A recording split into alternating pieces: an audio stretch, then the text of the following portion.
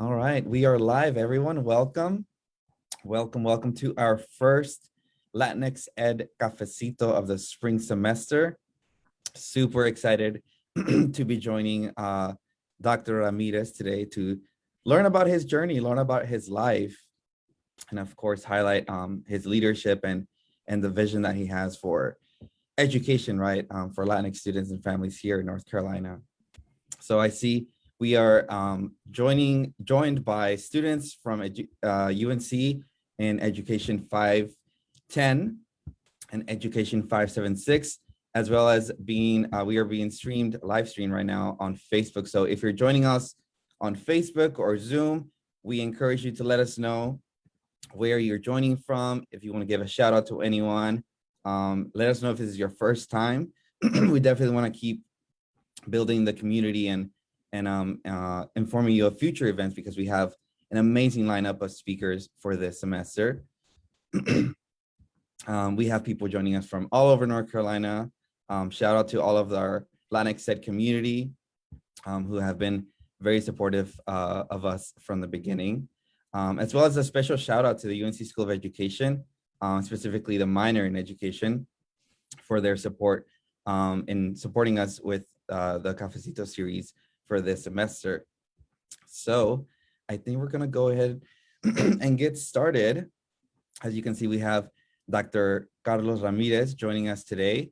But before we slide into our questions or introductions, I want to give our audience a crash course or snapshot of LatinxEd, especially if this is your first time. So I work for LatinxEd. I'm representing the organization. We are a nonprofit dedicated to investing in Latinx leadership and expanding educational equity and opportunity here in our state of North Carolina. And we manifest this work through various initiatives and programs that center the identity, the leadership, and the lived experiences of our students and their families to create inclusive learning environments across the state. And I specifically work with the Somos Carolina program, which is our identity and leadership development program for Latinx youth. We have several clubs around high schools here near Chapel Hill. And we also have a summer program. And we do both programs through a coaching model as well. So definitely if you have any questions about LatinxEd or Somos Carolina or any of our other initiatives, let us know in the comments. We'll connect you with more resources so you can learn more about who we are and what we do. So let's go ahead and get started. Dr. Ramirez, are you ready? Sounds good. Well, the first thing, we obviously want to get to know you. I would love to learn more about you, where you're from, your background, right? Like whatever that means to you, because our stories are so unique, our backgrounds are so unique. And so I'll start by introducing myself, and then I would love to learn more about you. I was telling you earlier that I haven't been on a cafecito in like almost a year, I feel like. So if you haven't seen me before, would love to tell you a little bit more about myself. If you have, thank you for joining us and continuing to support us. My name is José Cisneros. I was born in Mexico, in Morelia, Michoacán. When I was 5 years old, we moved to the United States. We, meaning my parents and my two sisters, and we moved to North Carolina. And so grew up undocumented in rural North Carolina, which was a very challenging experience, especially when I was pursuing college.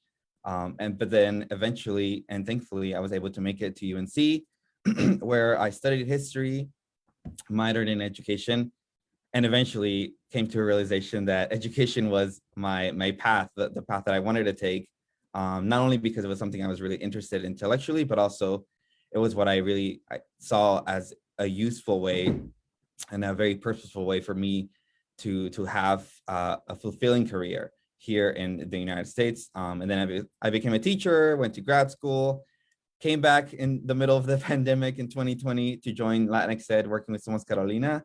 And now as well, I have the opportunity to teach at UNC, which is why some of my students are joining us here today, which is Education 510, a course that focuses on the historical experience of Latinx people in the United States in education. So that's a little bit about me, but definitely want to hear more about you, Dr. Ramirez. If you could please introduce yourself to our audience, so we can get to know you a little bit more. Okay, well, first of all, thank you all for having me share a little bit about my educational journey and provide a perspective that that I shared with others in the group before, and they asked me to share it with you. To me, it was just a normal experience, but it was not. Right. So a little bit about my background. My parents were migrant farm workers from Mexico. My dad came to the country legally through the Braceros program. That was, if you're not aware, that's a government program that sponsored citizens from different countries to work in their fields. So my dad did that for, I think, about 20 years before he settled and married. And he met my mom while getting his papers in Monterrey, Mexico. And it was love at first sight. So we settled in the Sacramento Valley in California, and there we had I have 7 brothers and sisters, and my dad ended up getting a job at a cannery, and it was a Teamsters unionized cannery, and he earned a livable wage to raise a family and enough to buy a home. So we lived in the actually it was the east side, on the east side of town, in the projects. And for those of you who aren't familiar with the agricultural projects, they actually exist. They're projects where migrants live. And so we lived there until my father was able to save enough money, bought a house for $12,000, little house that we all fit in it. This house, though, was on the other side of the tracks. So I was surrounded with my cultura. Everyone spoke Spanish, and even the dog spoke Spanish. It was crazy fun, right? And I went to a school. We were bused across the other town, and we had a very supportive community. I loved school. My teachers hugged us every day, and we had friends. We were able to speak in Spanish and English. It was a great time until we moved. So, and what I'm sharing this because this really shaped who I am and why I have a chip on my shoulder. And I'll explain that a little bit. So we moved into this new community, and there were 3 Latino families. The rest were white. And I was so excited about starting first grade. When I met my teacher, I noticed right away that things weren't right. First, you just remember things when you're little, right? I remember this lady had blue hair, and I never met anyone who was that old. And I thought, oh, okay. So I tried to hug her. And guess what? She pushed me away. And I thought, oh, okay, I'm doing something wrong. And through her name's Miss Wicks, and through my experience there, it stays with me. It stays with me even now. We were not allowed to speak Spanish. Monica Montoya and the other Hispanic kid, we were not allowed to speak Spanish. And every time we did, we got hit, not just like a slap on the hand. She had a ruler that was pretty big, the meter ones, and she would hit us, not just in her hands, wherever she could. So we weren't allowed to speak our language, and we were made to feel ashamed. Right. And when you're little, you can't protect yourself. Right.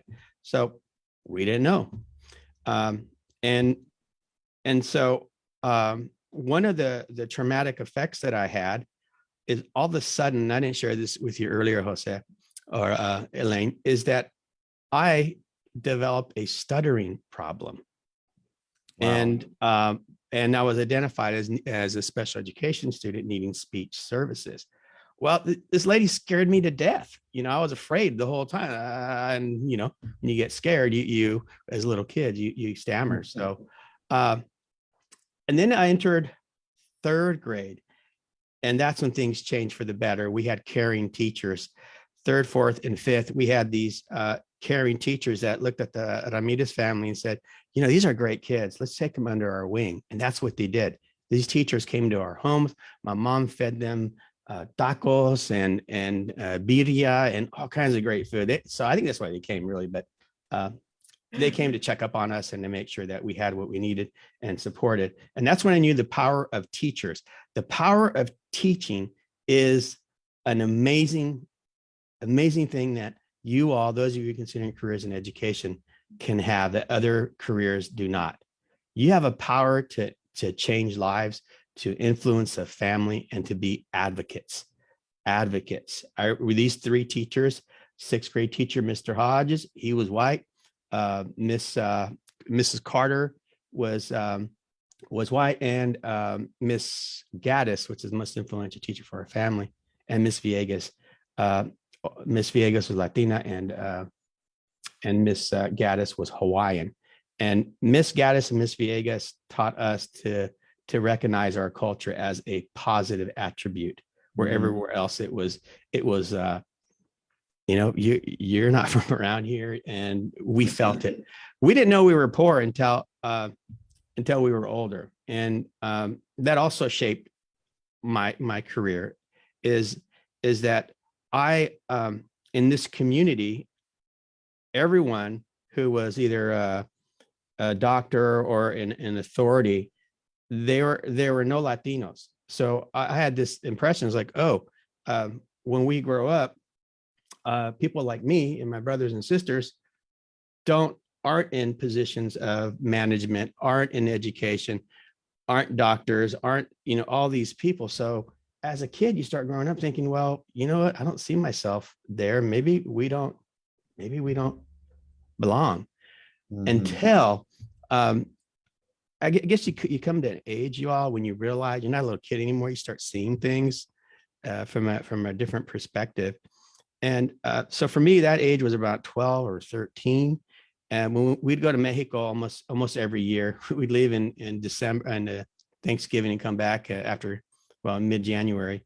And one day I remember, and I think we were in Guadalajara, and we went into this professional building, and I saw doctors, lawyers, and a whole bunch of people that were professionals that looked like me, and said, wow, I can do that. I can do that too. So that changed my perspective. Fast forward to my high school year. Academically, I was not strong. As you know, if you know the literacy development of language or language acquisition process, if you speak a second language and aren't supported, it takes a little time before you can catch up with your cognitive academic proficiency level. So I didn't catch up academically till about middle school, and we still felt not wanted. Our culture was not appreciated, but it actually tried to erase it. Until I entered high school, my junior year, I had a couple of teachers pull me inside and say, hey, Ramirez, come here. Have you thought about taking an advanced class? And I thought, no, that's not for me. The advanced classes, but I took one that changed, again, my pivotal point in my career as a long-term educator. Is I took a class by Dr. Zoll called Mexican American History. And I was astounded by the contributions that the Mexican culture had in California, and the development of California and the missions. And then I learned how the land was stolen, and our leaders were persecuted and basically ran out of the California, Alto California. And at that point, I became angry, because I realized that what was happening to me was also happening to my brothers and sisters and anyone who was brown. And at that point, I thought, okay, maybe college is for me. And that's when I started taking college level classes.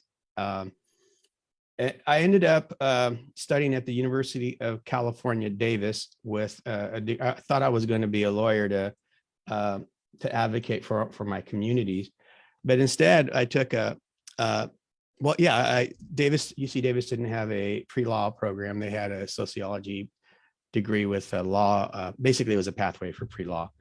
And then I decided to take an education minor, like a lot of you in this class are taking it. And that also changed my perspective. It's like, wait a minute, gosh, so much is happening. and I want to be part of the solution. So I became a teacher, and my goal as a teacher was to be a change agent, to be an advocate for those that can't, and to empower my students to be critical thinkers and to change the world. So I taught elementary school. I was a 4th and 5th and 6th grade teacher throughout career. I did that for 7 years, and then I launched into administration. And my goal was to go into the high poverty schools and to do what we could to advocate and to teach. And I had a lot of fun doing that. And I moved into administration, and that was quick for me. I was only AP for a little bit, and then I became principal. We moved to the Bay Area, and I worked in San Francisco for a while, and that's when I learned how to be an advocate and to turn around schools on a systemic level. It was not easy. So I was elementary. I ended up becoming an elementary principal. I got burnt out actually as a elementary principal. I did that for 13 years. I'm so old, you all. I started administration before, I think I was 29 or 30 years old, before Wow. NCLB came out. NCLB changed everything because we moved to a accountability system, and it was all test. Kids were now a number, and teachers measured their talents against a ridiculous artificial construct. And it was a sad thing. I got burnt out and ended up thinking there has to be more. At that point, I explored other options. I had thought about leaving the profession and do something else, but I encountered a thing called international baccalaureate programs.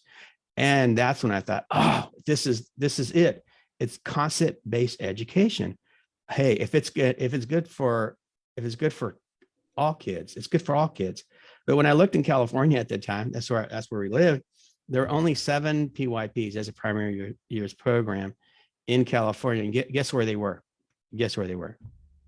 They were in Sausalito, Napa, these elite communities. They're for rich people, and so I ended up, I got to work at one of these schools, and the only schools that were available really were in Texas, believe it or not, Texas. So my wife and family and I picked up and moved to Texas. I was in Texas for 10. We were there 10 years, and there I worked on my advanced degrees and earned a doctorate, because I knew that in this system, if you are, especially in Texas, if you're Latino, you only have credibility if you have the degrees. And I knew that was a ticket for me. And as soon as I got my doctorate, I had so many opportunities, and I became an assistant superintendent, a deputy superintendent, and I worked my way all the way up to a school superintendency in Colorado, advocating for the communities. And along the way, I learned many things, and just really 3 things that I'd like to leave you with that I learned through that journey. One is, if you're on, you must be the advocate. If it's not you, then who? Second, kids are kids, and they respond to love and high expectations. And the third thing is learning, all learning, no matter where I've been, California, Texas, and now here in North Carolina, is emotional. It is emotional. 90% of all learning is emotional. 10% is the other stuff. If you could tap into a student's heart, if you could tap into their minds and teach them they can do things, they will be successful, and they will do anything for you as an educator. And that's why I'm still in education, because I believe that I get my jam by helping people and seeing kids and families do things they didn't think they could do. So that is my story in a nutshell. I know you have questions, so. Wow. So many thoughts crossed my mind as you're speaking. One, like on a personal level, I feel very connected to your story. Just having that connection to Mexico and like our home country. And I was not able to visit for so long because of my immigration status, but I felt that power when I was there, and realizing like these are all people that come from the same culture, and they have Yeah. opportunities to succeed, and seeing yourself in them, right? I think was super powerful for me. And then so many things that connect to our course, the course that I teach, which you definitely experience a lot of the themes, unfortunately, that we study with subtractive schooling and deficit thinking. The fact that schools actively, right, try to repress and subtract cultures and identities from people, and the damaging effects of that. And that's been generational since, like you were pointing out, the colonization of Mexican Americans in California. That's been a trend across the Southwest and across the US. So just like hearing from your experience, like you were physically abused because you spoke Spanish, like that is insane for me to think about, that yeah, that happened to you during our lifetime, right? Like for us, like sometimes when we read things or learn things, and it makes an impression on us, but then to hear it from someone who went through that, it's insane to think about. So that was definitely a connection that I was making. And then the three lessons that you learned and that you shared, I think, thank you so much for that, because you have so many experiences and you've been on this journey across the US, and really, right, from California, Texas, North Carolina. And what really stood out to me were the last two, like love and emotion. Like love and emotion have to be, right, like they have to be part of that learning educational experience.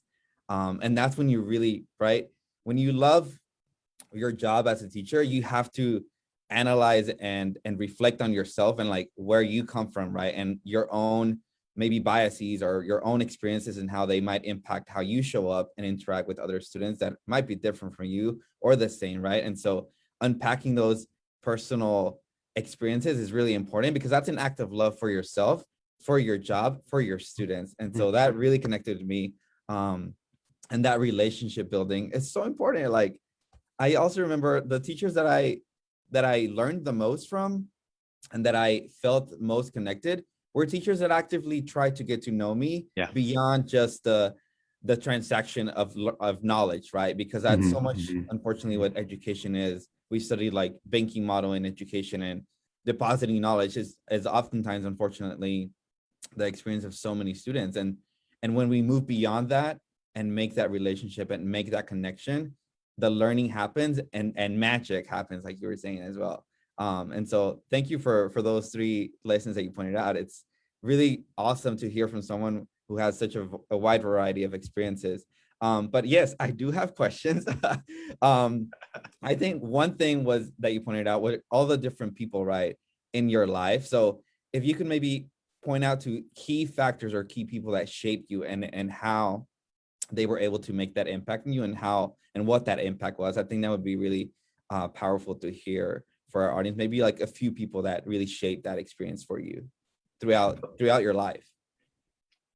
Well, I had to say that I had strong Latinas in my life that shaped my fight, because it is a fight.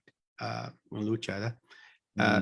So I would say my grandmother was the first one. She was a curandera. And I don't know if I have a tea bar over here, y'all, and they're all herbal teas, and that's part of my abuelita with me. I also have some other teas. I love tea.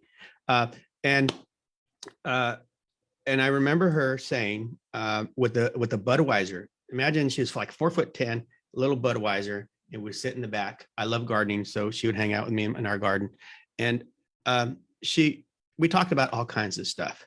And she would give me a lot of advice. And one of the ones that stuck was this. She said, Anke, I'll say it in English, it doesn't matter if you are poor. It doesn't matter if you don't have resources, but what you have are your manos, and you can think. With that, you can do anything. And don't take any BS from anyone who says otherwise. That's my summation of it, but this is what she taught me. So that was as a youngster coming up, right? As far as being proud of who I am and not giving up. I knew that I wasn't the smartest in school. I knew I didn't have the resources. I knew I didn't have all these things. Our parents couldn't help us with homework, right? But I knew that if I worked hard with my hands, the metaphor with my hands in my mind, I could do anything. And she was right. The second powerful influence I had was my fourth grade teacher, Mrs. Gaddis, because at that point I didn't know, I was ashamed of being everything in my culture. I was taught to be ashamed of it. And she was Hawaiian. And she she was the first real multicultural experience. She taught us about different cultures, including her own. We learned how to do the hukila, and we ate Hawaiian food. And she took us, this is amazing, y'all. This is like, can't happen now. I don't know how she did this, but she flew us, and the Sacramento is in the central part, right? She flew her entire class, got us on an airplane, and took us to the San Diego Zoo. That's like, that's a good little distance. And we went on the plane, right? And little kids like, what? I barely, so she took us all to San Diego and then came back. And that was such an enriching experience. And I just saw the world in a different light. And then she made me love to learn, and it was okay to mess up. It was okay to be not the highest reader. It was okay to be in the Bluebird reading group, right? It was okay for all these things. It didn't matter because I knew I could get better. So she put that in my soul that you could do it. And then the other most influential was a board member in San Francisco. Her name is Carlota Del Portillo. She, I had an affinity with her because she didn't take any BS, she didn't put up with anything, right? She was like, bah, bah, bah. And she sat me down. And when I had my first principalship, I was 30 years old. And she sat down and said, you don't know anything. And I said, what? Yes, I do. Look, I look. And she goes, no, you don't know anything until you fail. And I said, oh, I think I know a little bit about that. She goes, no, the political piece of being a leader. And that is, don't lose your passion. Don't lose your vision. Don't lose your sense of advocacy, because once you do, you become useless for our people. And that stayed with me because, I refer back to that when I have to make hard decisions that may cost my job. And I've had that happen, decisions that cost my job.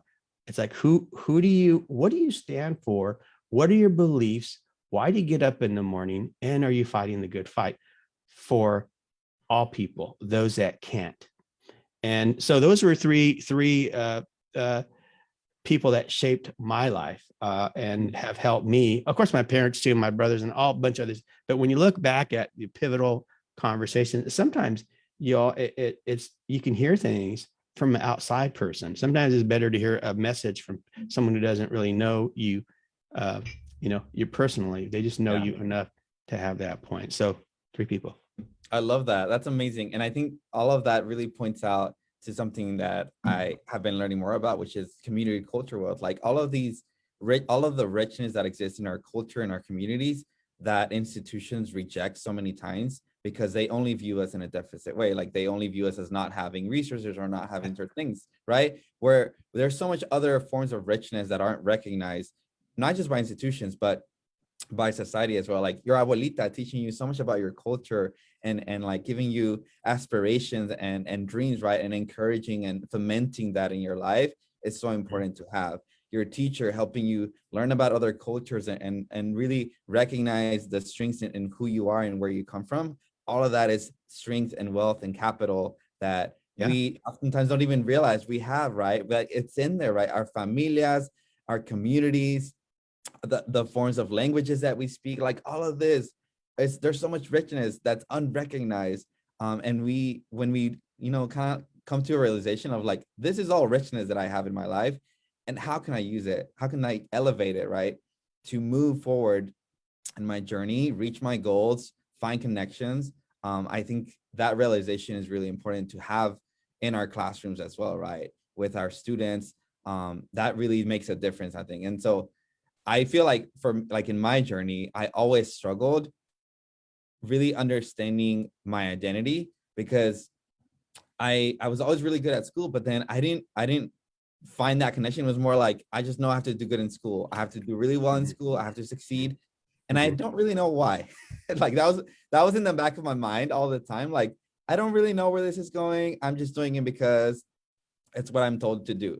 But then in college, I think I started slowly over the years coming to this realization, like, I am part of this community. I am part of this cultura, this culture, this richness, and especially in grad school and working with LatinxEd, I think those have been immense realizations that now I'm able to like connect every part, like my leadership with my roles, my identity, my history, and also my dreams. Like everything is connected now. And before there was no connection. Everything was very disjointed. So thank you also for the insight that you provide, because I think the more students hear that in college and in middle school and high school and elementary, like all across the board, I think making those connections and having that critical reflection is really important to make those critical action steps happen. Yeah.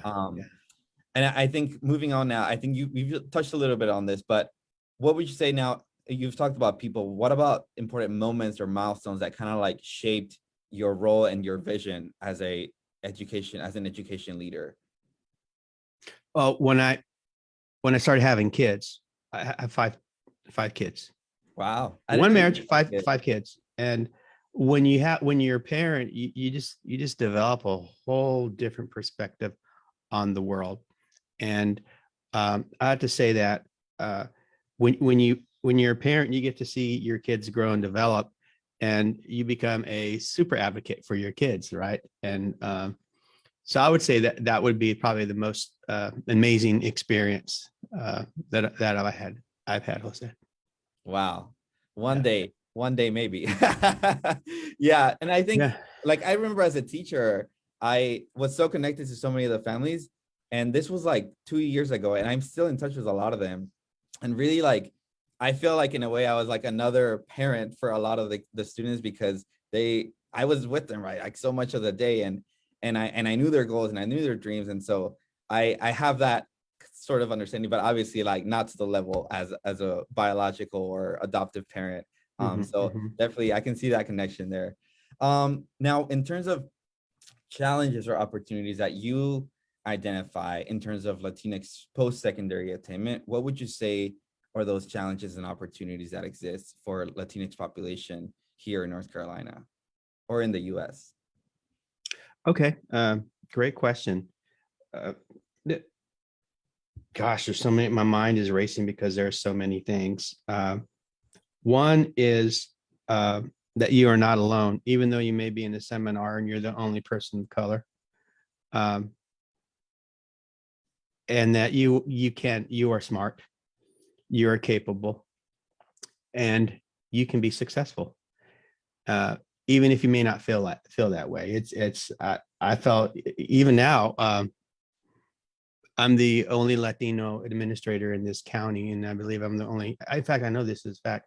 I'm the only Latino principal that was ever hired in this county in its history. We've been here a long time, and when I look across the state, I think maybe 1% of all schools administrators, principals, are Latino. And when I see that, it's kind of a lonely place, right? But as you go through the system, it's important to be a self-advocate and to, as a student, and the graduate opportunities that the college opportunities that you have is to take the time to really explore what is available and learn how, what you like. It's your life, right? And a lot of, unfortunately, some college students are living someone else's dream or someone else's vision, and ultimately it's your life, and whatever makes you happy, what you're passionate about, that's what needs to be followed.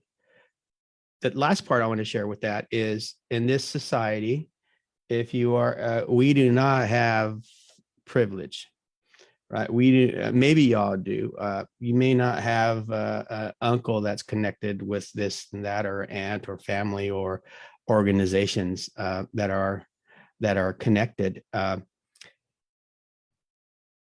You have to create that and be the leader if one doesn't exist. Create that system of support, that network, because you can help people along by sharing not just your journey, but the support.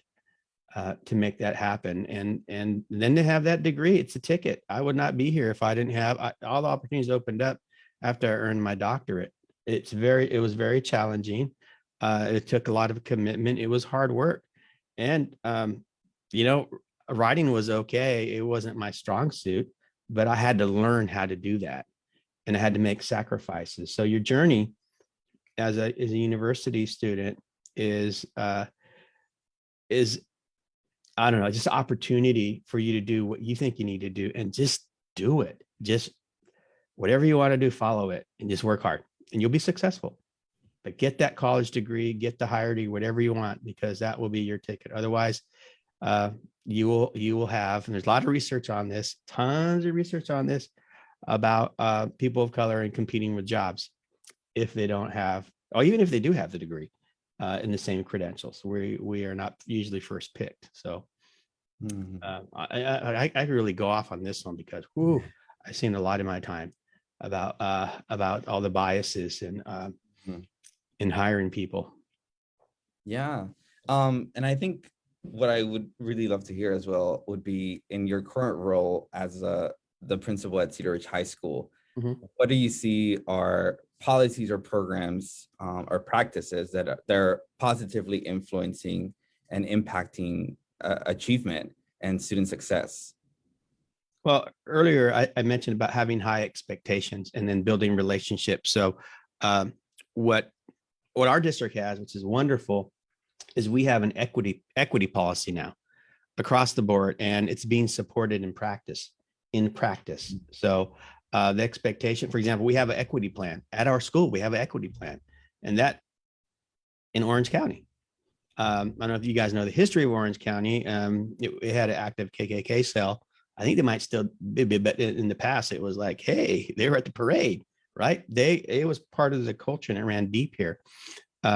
So we have an equity plan, and getting support from the staff as this being value added is what we're after.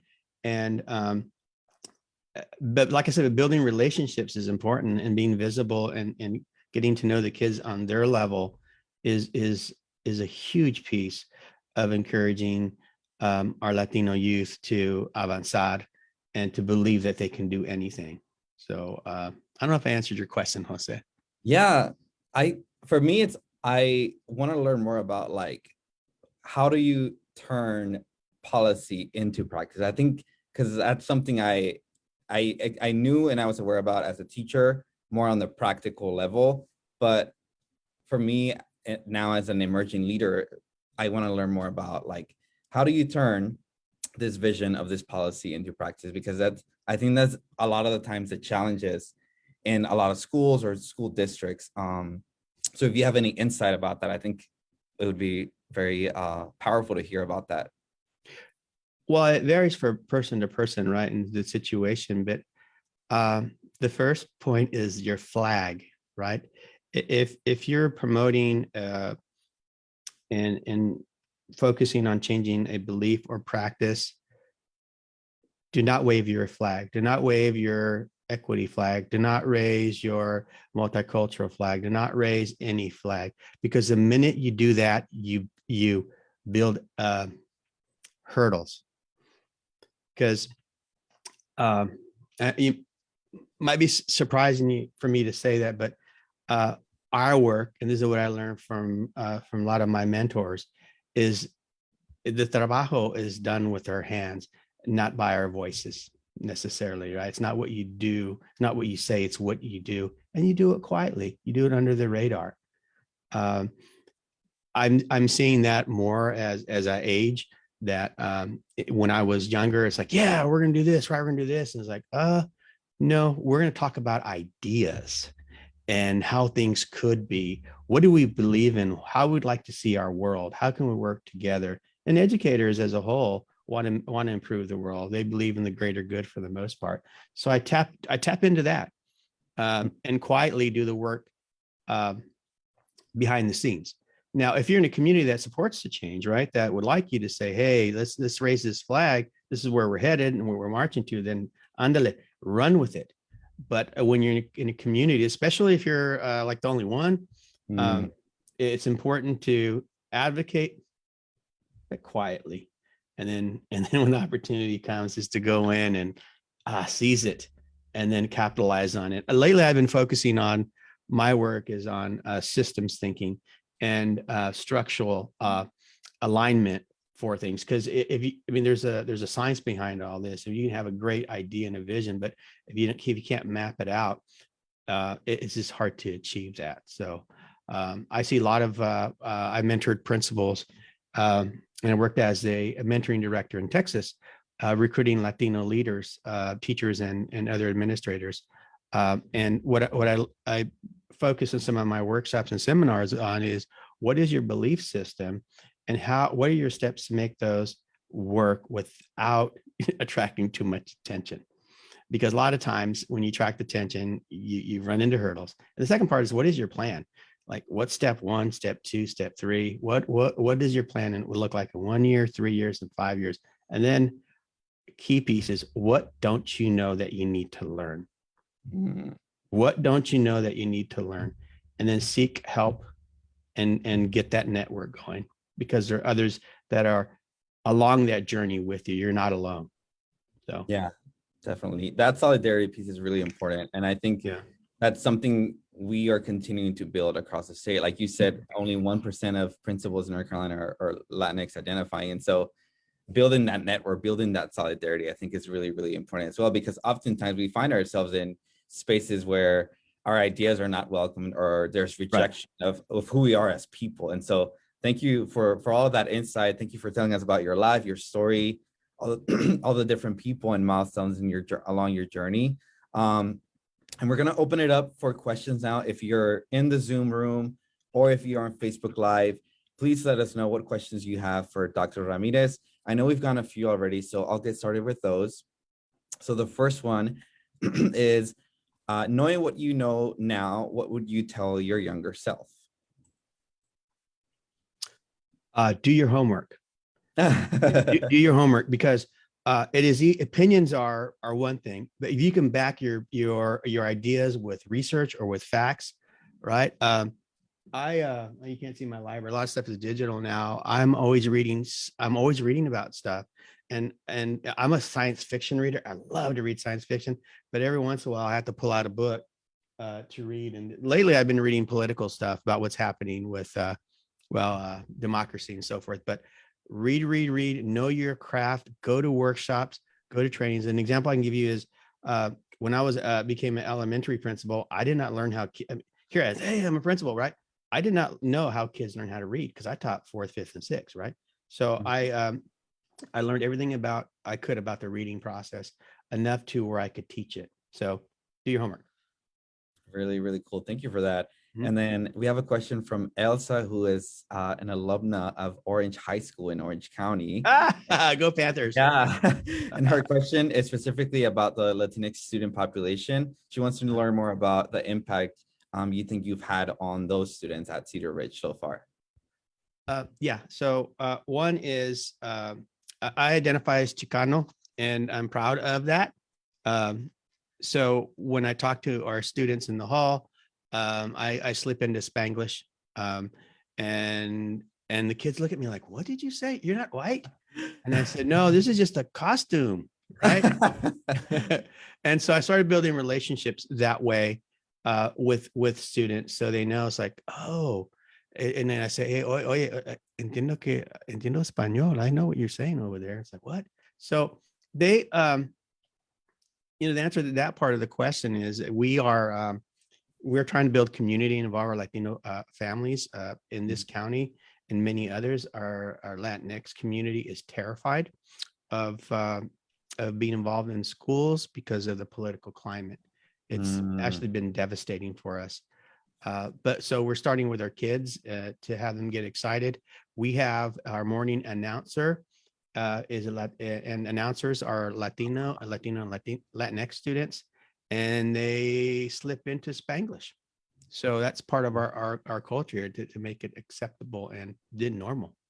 That's awesome. I remember I was in middle school, and I moved schools in middle school in 8th grade, and the secretary really wanted to do announcements in English and Spanish, but there was no one who worked at this school that spoke Spanish who was there every day. There were rotating staff, but then I moved there and she saw that I was translating for my mom, and then she asked me to do the announcements. So I was a completely new student at this school, What? doing morning announcements in Spanish.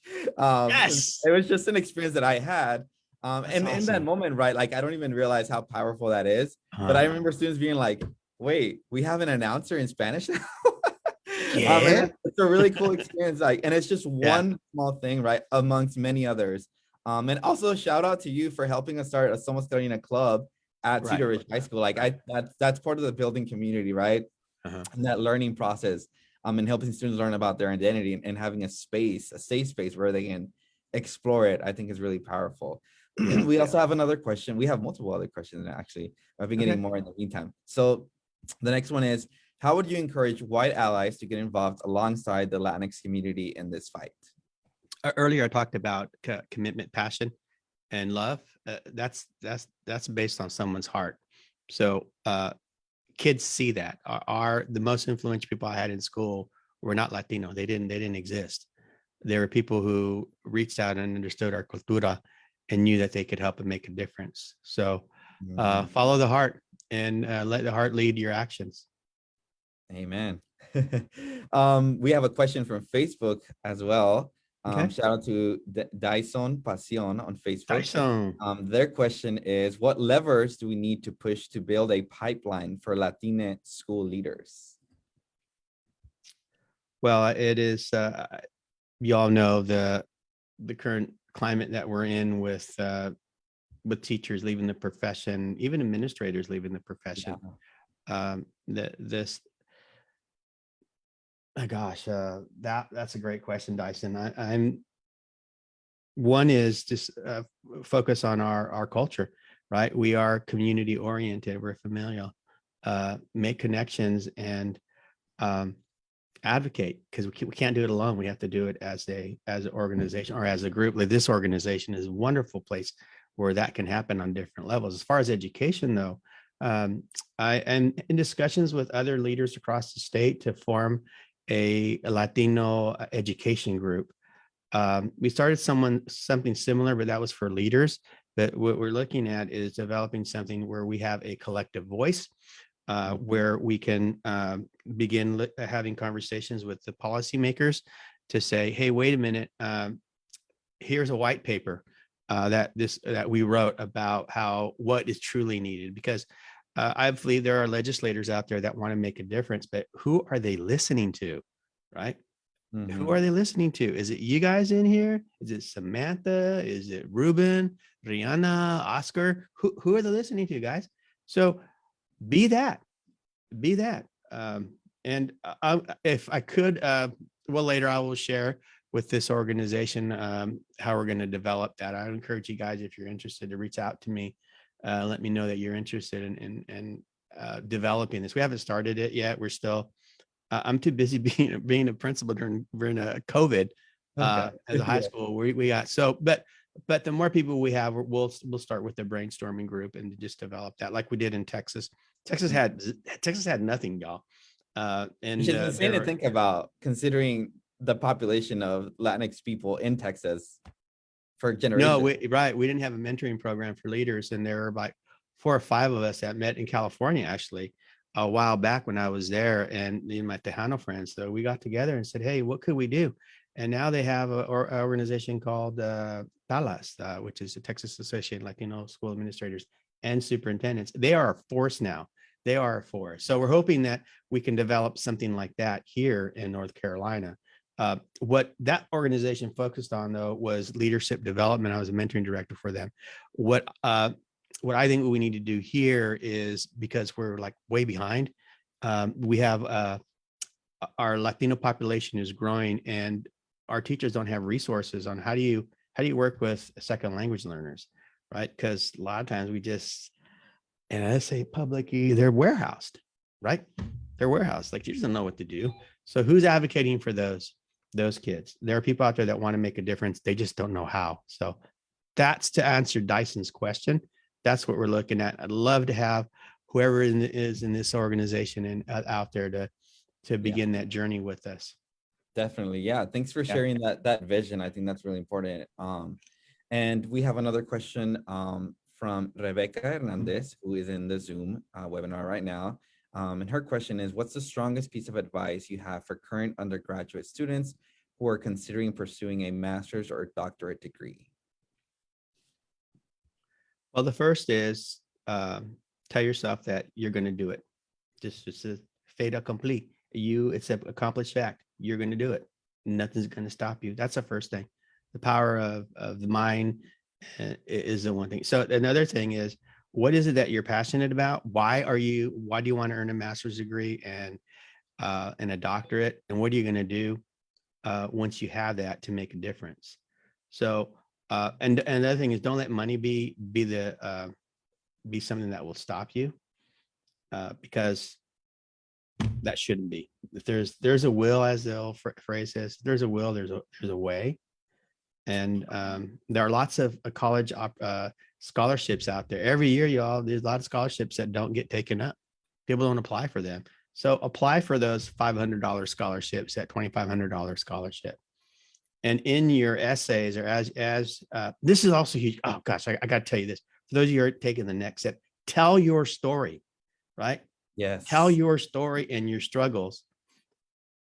And when they paint that picture of who you are in words, right? And then they will remember that, because they know at the graduate level, I don't know the research necessarily, but grit matters, right? If you could tell a story of how you overcame stuff, that will outweigh a person who has privilege and had things handed to them. It's stands out. So that's my advice. Do it. Thanks for that. And we have a similar question as well from Jessica. As a student here, it's very hard to find where you're good at or your purpose, because I compare myself to so much. Do you have any advice, is what she was asking. Can you repeat the question again? As a student here, it's very hard to find what you're good at or your purpose because of comparing yourself to others. Do you have any advice? Well, it was Jessica, right? Jessica? Yeah. Jessica, you're good at a lot of stuff. So that's one thing to look at. That second thing is, ask someone, say, hey, what do you see that I'm passionate about? What do you think I'm good at? And the third thing is, I don't know how old you are, but you may be young and you haven't, maybe it's okay to not know what you want to do, right? It is okay, but explore things. Try taking the class on something that you're interested, or reading a book about something that interests you, and you will find your path. It is perfectly normal to be to go through this without knowing what it is that you want to do. So yeah, thank you, Dr. Ramirez. Yeah. We are super grateful to have had you here. Thank you, everyone who joined us on Zoom, on Facebook. Shout out to everyone who's going to be watching it later on YouTube or Facebook. And also really just emphasizing how important it is to increase the visibility of Latinx education leaders in North Carolina, because we're here, right? Like, you're one of them. We're doing the work. And so elevating those experiences, those voices, and those journeys is really important. So I'm really looking forward to our three other speakers, which, if you were not aware or you haven't heard yet, this is the first of 4. We have in 2 weeks, Oscar Miranda Tapia, who is Assistant Director for First Generation Support Services at Elon University. And then we have on March 24th, Banu Valladares from the Charlotte Bilingual Preschool joining us. And then finally, on April 7th, we have Dr. Sharon Contreras, current Superintendent of Guilford County Schools, joining us. So check it out.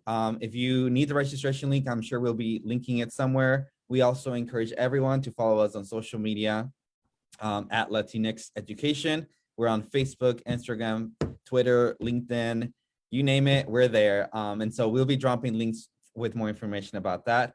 And as well as if Dr. Ramirez is willing and available, I'm sure maybe he would want to connect with you all through email or whatever form of communication he prefers. And we'll drop that information in the comments on Facebook as well. Okay.